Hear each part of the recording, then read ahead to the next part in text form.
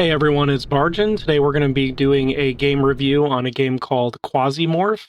This is a great looking game that just came off of its early release and entered into the 1.0 phase. This is made by the publisher Hype Train Digital, and the developer is Magnum Scriptum. So Magnum Scriptum only made this game so far, but the publisher is known for making games like Stone Shard, which is another great game, and if you haven't played that one, check that one out. But back to Quasimorph. This game released on 7/31/2026, and we're going to get into it, starting with gameplay and mechanics. This game is a dark sci-fi turn-based extraction RPG. The movement works on a grid-based map that is turn-based. You use an AP system depending on whether your character is sneaking, walking, or sprinting for how you get around on each turn. Combat also uses the same AP system. Using these two systems together, you go on missions and try to complete the objective and extract before you die. The game raises the stakes, though, by adding a timer in the form of a quasimorphosis meter. What this does is the longer you stay on the map or defeat enemies, it fills the meter. Every breakpoint the meter allows for demons to start spawning from the enemies you kill. Take too long and a demon boss will spawn, and then you are really in for a fight. Other aspects of the game have you control the mercenary ship called the HIS Magnum. This has you take part in the galaxy's corporations, which all have factions and agendas. Choosing what missions you take is critical to how you want to proceed through the game. You will also use your faction rep to buy and sell, so you can better outfit your clones and unlock perks to make them stronger. For the controls of this game, you use mouse and keyboard shortcuts. For the camera, it is top-down. I had no issues whatsoever with the camera on this game. You can zoom in and out if you would like. Not much to say about it. Getting into graphics and art style. They adopt a dark, lo-fi pixel art style that captures the claustrophobic atmosphere of an 80s sci-fi horror movie. While running at 60 FPS, they use dynamic lighting expertly in this game, with its emergency lights that flash and flicker to the shadows that run down corridors. This all makes you second guess what's going on around every corner. The selling point, from my point of view, in this is the gore. Every bullet that pierces through an enemy has damage that can be seen, from the bullet casing that falls to the ground and bounces, to the blown out light behind the enemy with the gore covering the walls. The only time this backfires is when there is so much gore, sometimes you kind of lose track of where people are because the enemy may blend in with the gore. But honestly, that just adds to the fun, and I'm willing to deal with that just for that fun factor. Audio and sound design. Quasimorph uses a heavy, distorted industrial metal that pairs well with the atmosphere of this game. They accomplish this by using an adaptive audio system that smoothly shifts from quiet, tense exploration, where you get to hear the great environmental sounds of doors opening, closing, and unknown sounds that you hear down each corridor. But as soon as the quasimorphosis meter fills and aggressive music starts up, what makes the music so fun in this game is the louder it gets, the more trouble you're in. As the quasimorphosis meter fills, the angrier the music gets. The meter goes from 0 to 1,000. At 200, the music starts. Then again, at 600, it gets louder. And then at 800, it becomes angrier. It changes to a heavier metal. I love that this mechanic is in the game because it really gives you a sense of urgency, a sense of fear, where the music is letting you know what your mental state is. Because your guy's running around, shooting, trying to get the mission done, trying not to get caught, trying not to get killed, and it's just, you feel it. This game is more than just the quasimorphosis meter, though. The background sounds are great as well. For example, if you take down an enemy in a door frame, the door keeps trying to shut and gets stuck. It continuously goes back and forth until you walk up and walk through the door, and then it opens up for you. Just little things like that I love. Other things that I have noticed is that you can actually hear a critical hit. It sounds differently in this game. So it sounds more crunchy, more painful. You can definitely hear it when you get critically hit. Before all the screen starts flashing and all the wounds appear at the top, you definitely hear it. And it's just one of those small details that I appreciate so much. Progression and pacing. The core loop of this game is a balance between high-risk missions for powerful gear and money to safe missions that are low risk but used to restock on supplies or tweak factions. Losing clones is part of the game. You have to take the risk to get the gear you want, and if you lose it, try something new or make a better build. Go back to that mission and try again. Setbacks will occur on runs in this game.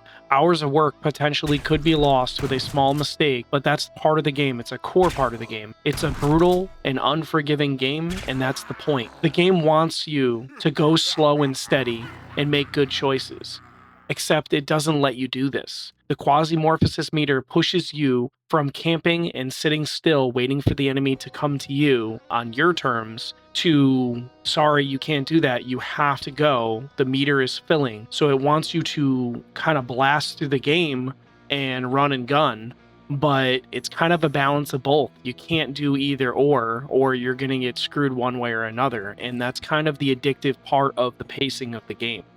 The story and the replayability.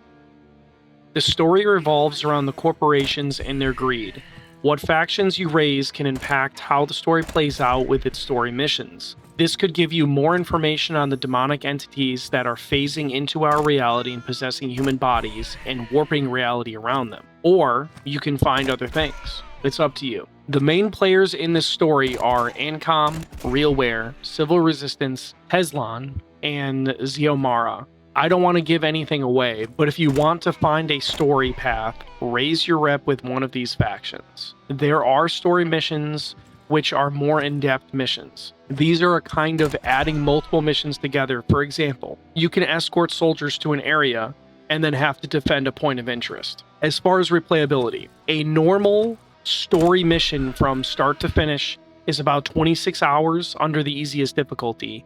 It can go up to about 50 plus hours if you go harder difficulty than that. I would say for replayability, that's kind of the name of the game. That's the whole point of the title.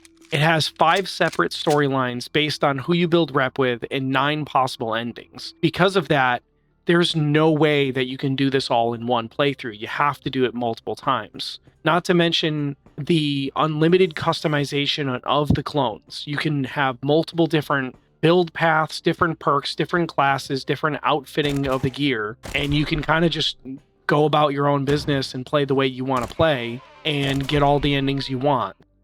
So for the final verdict of this game, I'm giving it a 9 out of 10. The reasons are of the following.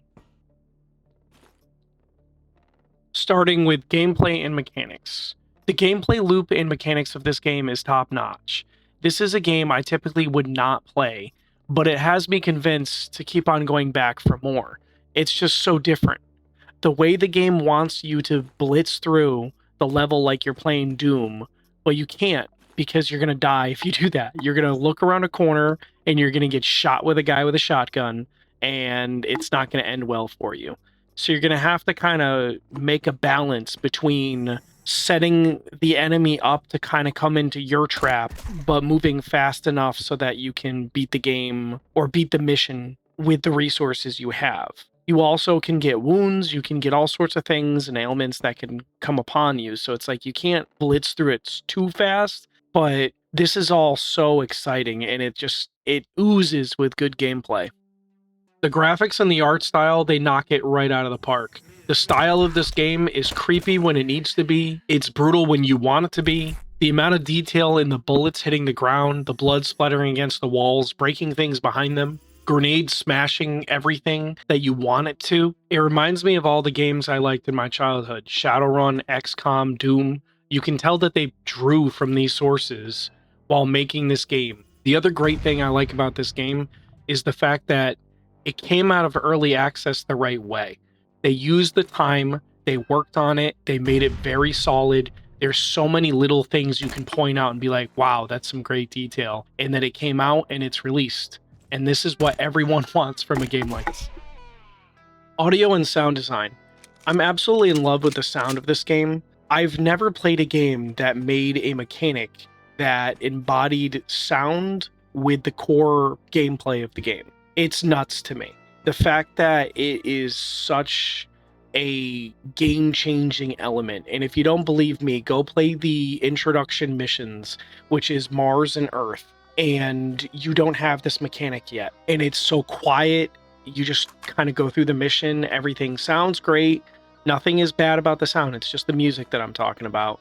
and then you're gonna go to like Venus or something, and the meter is gonna go up, the heavy metal is gonna kick in, and you're gonna feel it, and you're not gonna want to play without it. It is that big to me, and I love that it's in the game, and I think everyone else is gonna like it too if they give it a chance. Progression and pacing, there's not much to say about this. This was the easy 2 out of 2. The core loop of the game is solid, and it's not really wavering in any spot for me. I enjoy the gameplay. I enjoy that they're rushing you through, and you can't really rush through. I like that if the meter fills up too much, the demons spawn and kind of screw you over. I love the music. I love outside of missions, you're in the ship and you kind of have upgrades and you're trying to build out your clones and make, some clones do this and other clones do that. It's all good. The story and replayability. This is the one part of the game that they lost me. It's not that there is no story, there's a lack or missing, or it's not rewarding. It's none of that. It's the fact that there are only story missions connected to specific factions. And if you don't know that, which it's kind of, they don't really give you any clues, you kind of just build faction with random factions and screw people over that you feel like screwing over. And eventually you'll get story missions. And you kind of got a feel for each faction and what they are, who they are, why are they doing what they do, which in a way you do kind of go around and figure out by doing missions. But at the same time, it's kind of hard to know who you should be siding with to get these story missions if they don't tell you. You kind of stumble upon them. So that's the only part I don't like. And even then, that's just a me thing. I just don't think it's a good way to do it. And to be honest, I'm not really sure how they would tweak that to make me happier. Honestly, the only thing I can think of is if they gave you a rundown or bio or something that can tell you about the corporations and what they stand for and what they're trying to do without having to run a crap ton of missions for them and build up faction. Because you do kind of learn it, but it would be nice if you could read a pamphlet or something up front and, like an evil corporation 101 kind of class or something. But obviously the replayability is all over the place. I'm definitely going to keep putting hours into this game, and I'll pick this game up every now and then, even after I'm done with it, just to mess around with it. It's definitely a lot of fun. But again, that's the review, and I'm Bargin. Have a great day, everybody.